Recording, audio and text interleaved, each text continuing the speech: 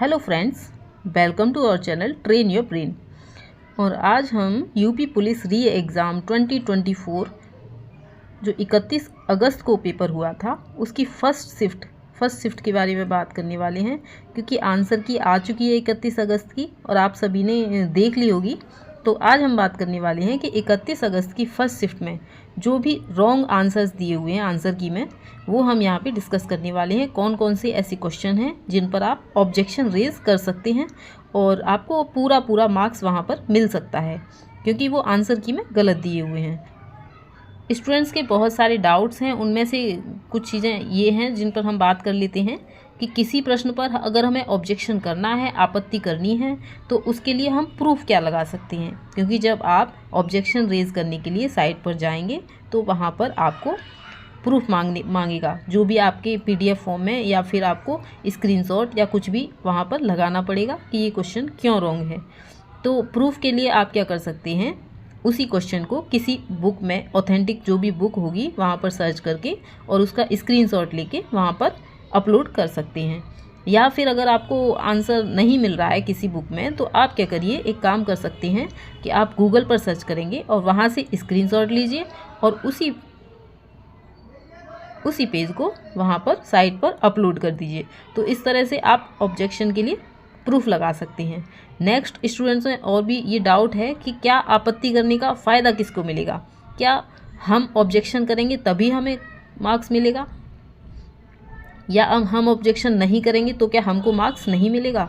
तो इस तरह से ये डाउट है। तो ऐसा नहीं है कि आप ऑब्जेक्शन नहीं करेंगे तो आपको मार्क्स नहीं मिलेगा, लेकिन अगर कोई भी स्टूडेंट ऑब्जेक्शन करता है और भर्ती बोर्ड उसे सही मानता है तो जब मार्क्स मिलेगा तो सबको मिलेगा।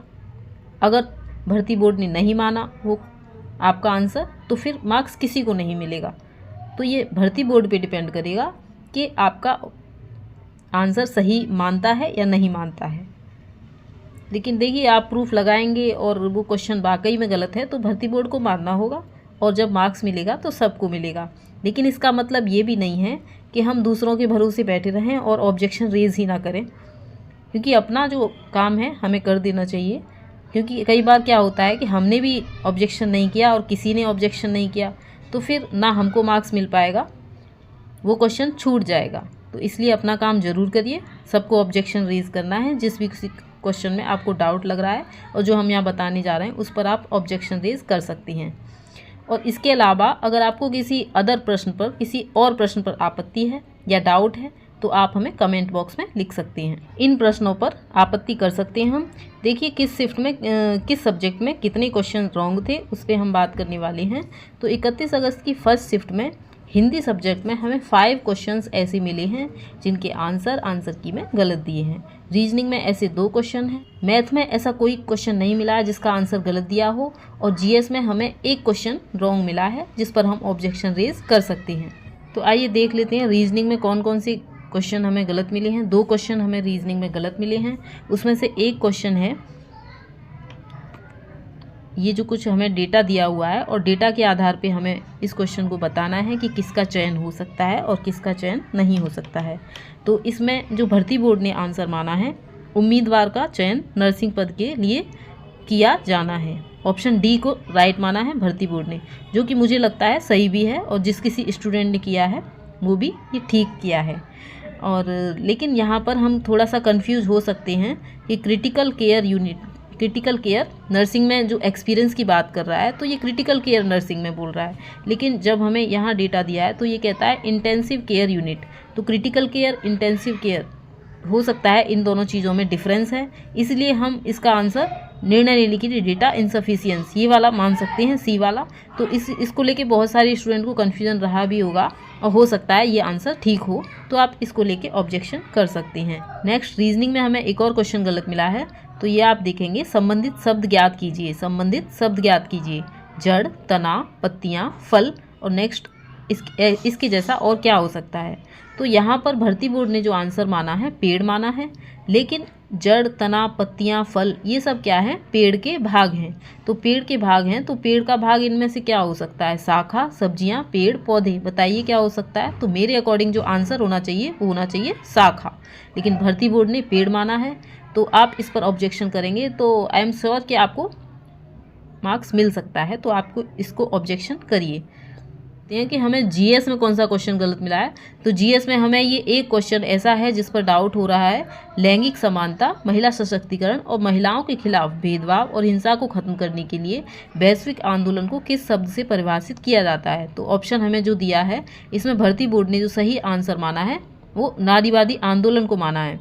लेकिन लैंगिक समानता, महिला सशक्तिकरण, इसमें लैंगिक समानता, इस सब को देखते हुए मुझे लगता है कि ऑप्शन सी भी हो सकता है, और बहुत सारे स्टूडेंट्स ने ये लगाया भी होगा, तो आप इस पर ऑब्जेक्शन रेज कर सकते हैं। हिंदी में हम देखेंगे सबसे पहले क्वेश्चन नंबर 16, महाकवि भूषण दरबारी कवि थे, उनके आश्रयदाता राजा का नाम था। तो यहाँ पर शिवाजी और छत्रसाल दोनों में कन्फ्यूजन है, तो इसीलिए आप क्या करेंगे, इस पर ऑब्जेक्शन रेज कर सकते हैं। नेक्स्ट क्वेश्चन हम देखेंगे। नेक्स्ट क्वेश्चन हिंदी का ही क्वेश्चन, ये जाति शब्द का बहुवचन पूछा है। तो जाति शब्द का बहुवचन जातियाँ होना चाहिए, ना कि जातियाँ। तो ये भर्ती बोर्ड ने सही माना है, ऑप्शन बी। लेकिन राइट आंसर क्या होगा, ऑप्शन सी होगा, क्योंकि ये क्वेश्चन पूछा हुआ है, ये आप देख सकते हैं कि यूपी SSSC वन रक्षक का जो एग्ज़ाम हुआ था 2022, उसमें ये क्वेश्चन पूछा गया था और वहाँ पर इसका राइट आंसर जातियाँ माना गया था। तो आप इस पर ऑब्जेक्शन रेज कीजिए, 100% आपको इस पर मार्क्स मिलेगा। नेक्स्ट एक और क्वेश्चन हिंदी में दिया हुआ है, बोलते समय मुख के कितने उच्चारण स्थानों का प्रयोग किया जाता है।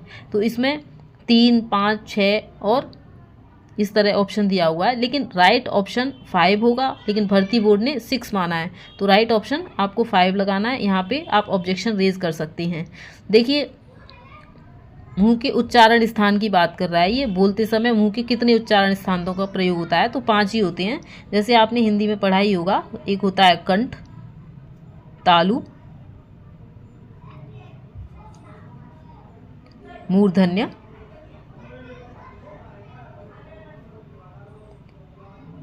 दंत्य और ओष्ठ।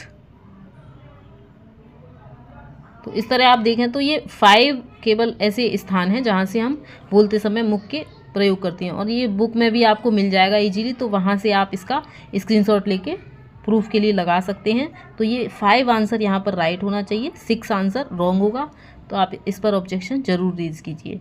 तो ये मैंने 31 अगस्त की शिफ्ट के जो भी रॉन्ग क्वेश्चन थे वो आपको बता दिए हैं, तो आप इन सब पर ऑब्जेक्शन रेज कर सकते हैं और प्रूफ लगा सकते हैं। प्रूफ अगर नहीं भी मिलता है तो आप गूगल सर्च कीजिए, वहाँ से स्क्रीनशॉट लेके लगा सकते हैं। तो इस तरह आपको सबको फ़ायदा मिल जाए मार्क्स में। आई होप हम सभी यही चाहते हैं कि सबका एग्ज़ाम क्लियर हो और इस बार आप वर्दी पहने ज़रूर। तो इस तरह से मैंने आपको ये बता दिए हैं और आप इन पर ऑब्जेक्शन रेज कीजिए। अगर आपको इसके अलावा किसी और क्वेश्चन पर डाउट है तो आप कमेंट बॉक्स में ज़रूर लिखिए, उस पर हम थोड़ा देखते हैं। Thanks for watching train your brain.